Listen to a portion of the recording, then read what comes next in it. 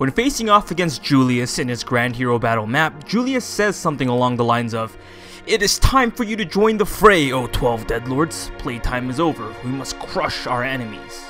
But who and what are the Deadlords exactly? Hello everyone, my name is JaeAIK and welcome back to another episode of The Detail Behind. Today I want to tackle on a bigger topic than usual, the Deadlords. The Deadlords make their debut in Fire Emblem 4 Genealogy: The Holy War, and they appear in the final chapter of Generation 2, The Last Holy War, alongside Julius and Ishtar in their final standoff against the Liberation Army led by Seliph. In total, there are 12 Deadlords, and while they just seem to come out of the blue in Fire Emblem 4, their origins are expanded on in the very next game. In Thracia 776, it's explained that people become Deadlords because the Loptus cult turns powerful and gifted warriors of battle into these servants of death. This is evident by some of the Fire Emblem 5 characters turning to Deadlords if you fail to save them. For example, Sarah would become the Deadlord Canis if you fail to save her or defeat her in Fire Emblem 5. While the Deadlords make their appearance again in Fire Emblem Awakening, fighting for the Grimleal cult, and in the DLC expansion Infinite Regalia, protecting powerful weapons, they don't seem to be the same Deadlords from Fire Emblem 4, as the number of Deadlords have increased from 12 to 36, and they now share dialogue with Chrom and company, and would converse with the army as if they know them. While in Japan the Deadlords were named after the German numbers, the official translated names for these Deadlords are the Latin names for the Chinese zodiac. So while I'll still be going in order of the German numbers, I'll be calling them by their official translated name. Hopefully that wasn't all too confusing, right?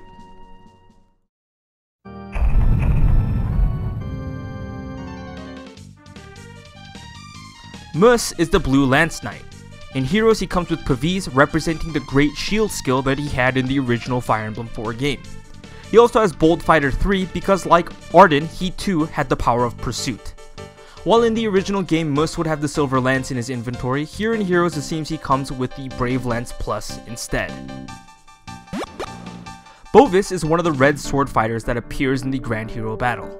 In Heroes, Bovis comes equipped with Quick Riposte 3, HP Attack 2, and Infantry Pulse 3. The Quick Riposte 3 skill is a reference to his charge skill that he had in the main games. It also seems like Bovis comes with both HP Attack 2 and Infantry Pulse as maybe a reference to all the Deadlords' high health pool.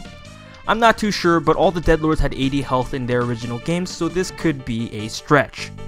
He also comes equipped with the Silver Sword Plus as a reference to his Silver Blade that he had equipped in the main games.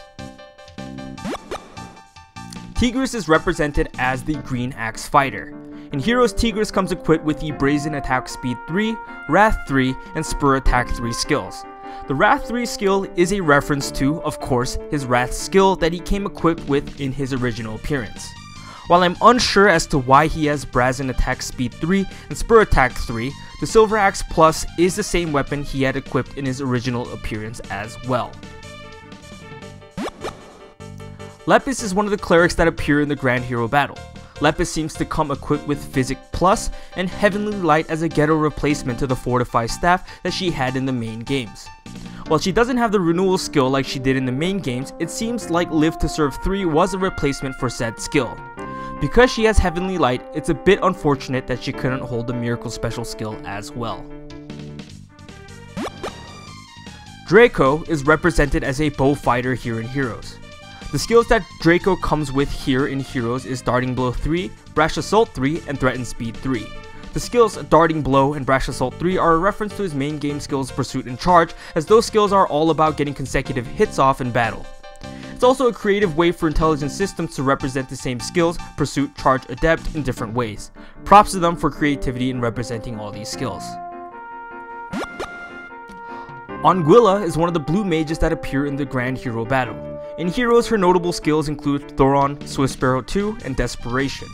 True to her appearance in the main games, the Adept/Pursuit skill is represented in Desperation comboed with Swift Sparrow 2. She also carries the Thoron Tomb in Fire Emblem 4, and that seems like it's translated over in Heroes as well. Equus is represented as a red mage. In Heroes, Equus' only notable skill is Bolganon Plus.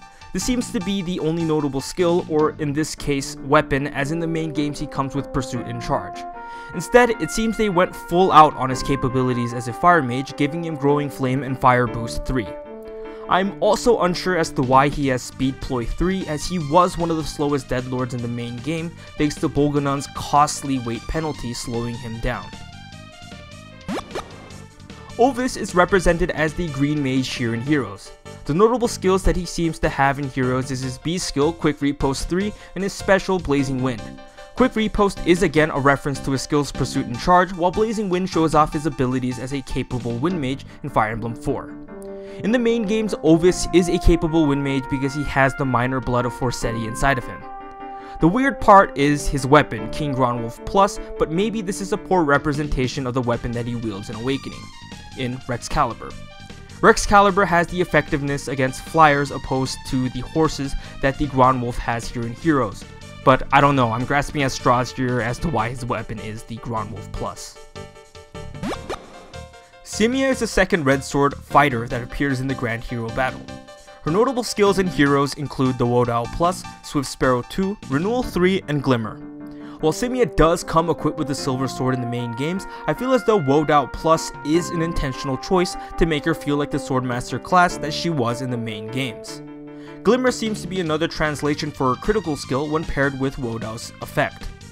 Swift Sparrow 2 also seems to represent the Adept skill, and she also comes with Renewal in her B slot, as she also had Renewal in the main games as well. Gallus is represented as the second cleric in the Grand Hero Battle. Gallus' signature tomb, Hell, seems to be represented in the Pain Plus and Savage Blow 3 skill. Like Gallus' tomb, Hell, Pain Plus and Savage Blow can never deal the finishing blow, and it can only leave you at 1 health. It seems Pursuit is represented in Attack Speed Bond, as the extra speed can help double some of your units. Canis is the second blue mage that makes her appearance in the Grand Hero Battle. Canis is represented a little bit differently than the other characters, as there is no Nosferatu tomb. But wait, isn't Nosferatu technically a dark tomb? Yes, but in Fire Emblem 4, Nosferatu was a light tomb, which makes sense for her to be represented as a blue mage. The Nosferatu tomb is represented in both the skill Soul and the Heavy Blade A slot, that allows her to get healing off Soul quickly. Heavy Blade could also represent the critical skill that she also had in Fire Emblem 4 as well. And finally, Porcus is the ninja that only appears in Lunatic version of the Grand Hero Battle. Porcus' notable skill in Heroes include the Barb Shuriken Plus, Death Blow 3, and Desperation 3.